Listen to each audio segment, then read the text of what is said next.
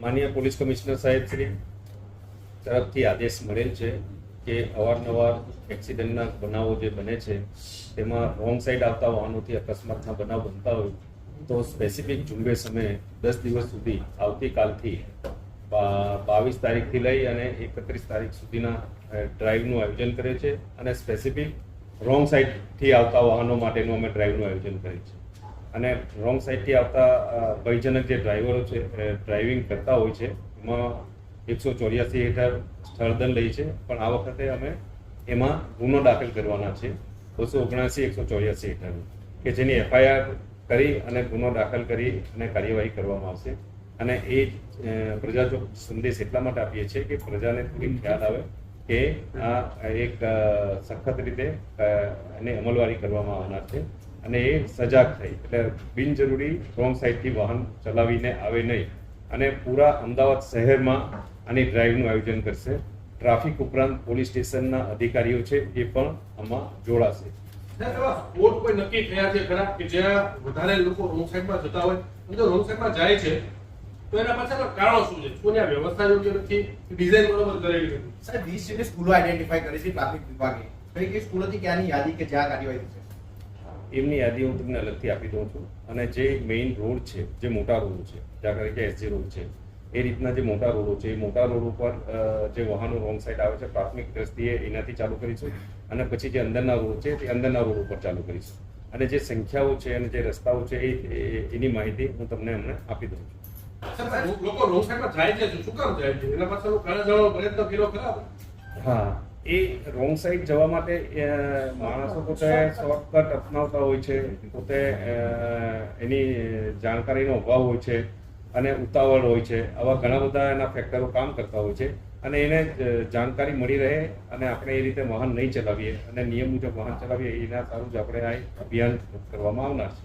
Sir ખાસ કરીને સગીરો જે બાળકો એક્ટિવા કે ટુ વ્હીલર લઈને સ્કૂલે જતા હોય એના વાલી વિરુદ્ધ ગુનો દાખલ થશે, પણ એવા સ્કૂલ સંચાલકો વિરુદ્ધ તો કાર્યવાહી હમણે એ લોકોને ઓલરેડી સ્કૂલ જ્યારે ચાલુ થવાની છે એના અમે ગયા અઠવાડિયે વાલી મંડળો, સ્કૂલ સંચાલકો સાથે અમે એક મોટું મિટિંગનું આયોજન કર્યું છે. દરેકને આ બાબતે અમે સમજણ અને જાગૃતિ આપેલ છે. આજે રોંગ સાઈડ માટે જે ત્યાં બેરિકેડ લગાવવામાં આવે છે થોડા સમય પછી તૂટી જાય છે, એના બદલે અત્યારે હાલ બીજા ડબલાનો બી ઉપયોગ કરવામાં આવી રહ્યો છે, તો એના માટે કોઈ અલગ કોઈ વ્યવસ્થા કરવામાં આવશે? કારણ કે આ અવારનવાર આ પ્રકારની પરિસ્થિતિ થાય છે. અત્યારે તો બેરિકેડ તૂટેલા પણ ઘણા સમય જોવા મળે છે. એટલે બેરિકેડ તૂટેલા છે તો હટાવી લઈએ છીએ, પણ જ્યાં સ્ટ્રોંગ એની જરૂર પડે છે તે વખતે અમે કોર્પોરેશનને સાથે રહી અને ત્યાં એન્જિનિયરિંગ વર્ક એ રીતે કરાવી દેતા હોય છે. સર, કલમ જે આપણે ફરિયાદ દાખલ કરીશું કઈ કલમ હેઠળ અને એની સજાની જોગવાઈ શું? તો 279 184 હેઠળની જોગવાઈ છે અને એમાં એમને પોલીસ સ્ટેશનથી જામીન મળી શકે છે. પરંતુ આ FIR ગુનો દાખલ કરવા પાછળનું કારણ આપણું એ છે કે જાગૃતતા આવે અને રોંગ સાઈડથી વાહનો જે ચલવે છે એમાં આપણે અંકુશ લાવી શકીએ. સર, ઘણી બધી રોંગ સાઈડમાં જે વાહનો આવે છે એક તરફ BITS ની ટ્રેનિંગ હોય છે બીજી તરફ રેસિડેન્સ હોય છે, તો રોંગ સાઈડનું સૌથી મોટું કારણ BITS ની વેલી હોય છે પબ્લિક આવવા જવા માટે. એમાં કોઈ ફેરફાર કે કોઈ ડિઝાઇનમાં ફેરફાર થશે? એ એન્જિનિયરિંગ લેવલનો વિષય છે, પરંતુ આપણે એ જે છે વસ્તુ જ્યાંથી આપણે અંદર ક્રોસ થવાનું છે ત્યાંથી જ આપણે થવું જોઈએ, એ આપણે પાલન કરવું જોઈએ. સર, સૌથી વધારે નાના વાહન ચાલકોની વાત છે કે જે બાઇક હોય કે ફોર વ્હીલ લઈને નીકળતા હોય છે કે જે રોંગ સાઈડમાં નીકળતા હોય છે. ખાનગી ટ્રાવેલ્સો જે અમદાવાદમાં આવી રહી છે, આપણે એનું જાહેરનામામાં સુધારો પણ કર્યો, રાત્રે 1 કલાક કે સવારે 1 કલાક આપણે સુધારામાં વધારો પણ આપ્યો. તેમ છતાંય બપોરના સમયે ખાનગી ટ્રાવેલ્સો અમદાવાદ સિટીની અંદર ફરતી જોવા મળે છે. તરત તમારું ધ્યાન દોરજો એ વખતે કાર્યવાહી આપણે કરીએ છીએ અને એને પણ આપણે આમાં સમાવેશ કરી લીધું છે. ગયા વખતે બી હમણાં એક વિડીયો આપણે વાયરલ થયું, આપણે એના વિરુદ્ધ સખત કાર્યવાહી કરી, તરત જ અરેસ્ટ કરી અને એના વિરુદ્ધ કાર્યવાહી કરી છે. આપણે એ રીતે જ પગલાં લેવા. પ્રશ્ન એ છે કે વિડીયો આવે કે CCTV આવે ત્યારબાદ જ કાર્યવાહી થાય છે. જો કે ટ્રાફિક પોલીસનું કામ જ 4 રસ્તા ઉપર કે જાહેર રસ્તા ઉપર માર્ગો ઉપર રહીને અને નિયમન કરવાનું છે. જેટલી 4 રસ્તા ઉપર ખાનગી બસો નીકળે છે એ જગ્યા ઉપર ટ્રાફિકની પોલીસ ચોકીઓ છે.